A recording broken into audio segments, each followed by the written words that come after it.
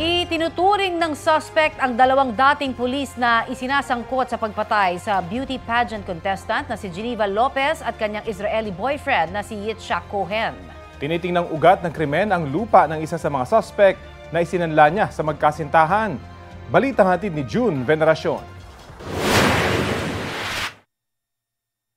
Sa quarry site na ito sa Capas, Tarlac, nagtapos ang 2 linggong paghahanap sa beauty pageant contestant na si Geneva Lopez at kanyang Israeli boyfriend na si Yitzhak Cohen.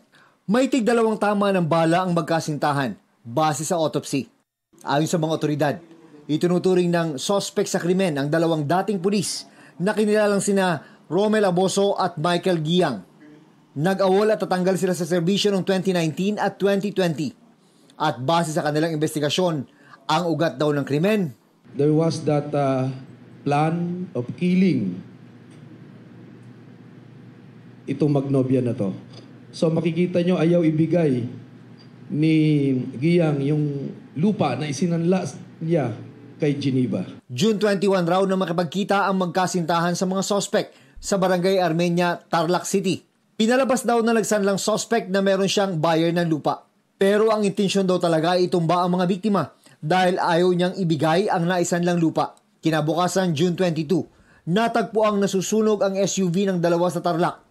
Nung sila ay dumating sa lugar na yon, counting panahon lang at sila ay kaagad binaril nitong ating mga suspect. Saan po sila binaril? Sa loob ng sasakyan.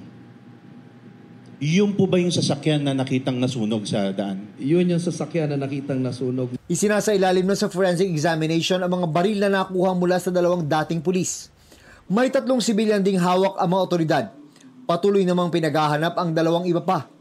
2 counts of murder ang inihahandang kaso laban sa kanila. We are so sure with the evidence gathered by CIDG and Region 3, sigurado pong hindi makakawala to. Sa gitna ng pagluluksa, nangangamba para sa kanilang kaligtasan ang mga naulila ni Geneva. Nung unang nalaman nila na yung isa or 2 na persons in interest ay dating mga pulis, meron na pong takot eh. Hindi mawawala yung agam sa kanila, siyempre yung takot.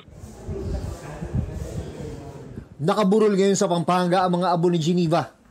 Nasa tabi ng kanyang urn ang engagement ring mula sa kasintahang si Yitzhak. I-display din ang kanyang sapatos, korona at mga sash. Ang mga nagmamahal kay Geneva, inalala ang kanyang pagiging mabait, matulungin at masayahin. Sa inilabas na pahayag ng pamilya Lopez, humingi sila ng privacy habang nagdadalamhati at para sulitin ang huling sandaling kasama ang kanilang namayapang kaanak. Nagpapasalamat din sila sa mga tumulong at nagbuhos ng oras para mahanap ang kanilang kaanak. Ang mga labi naman ni Yitzhak, minamadali ng maiwi sa Israel. Marami na raw tradisyong binali ang walang respetong pagdispatcha sa labi. Kaya naghahabol ngayon ang kapatid ni Yitzhak. In the Jewish religion, when somebody died, you need to bring him he's the same in the same night or in the same morning. You need to be buried as fast as possible. You can be back basically into the earth and become part of earth.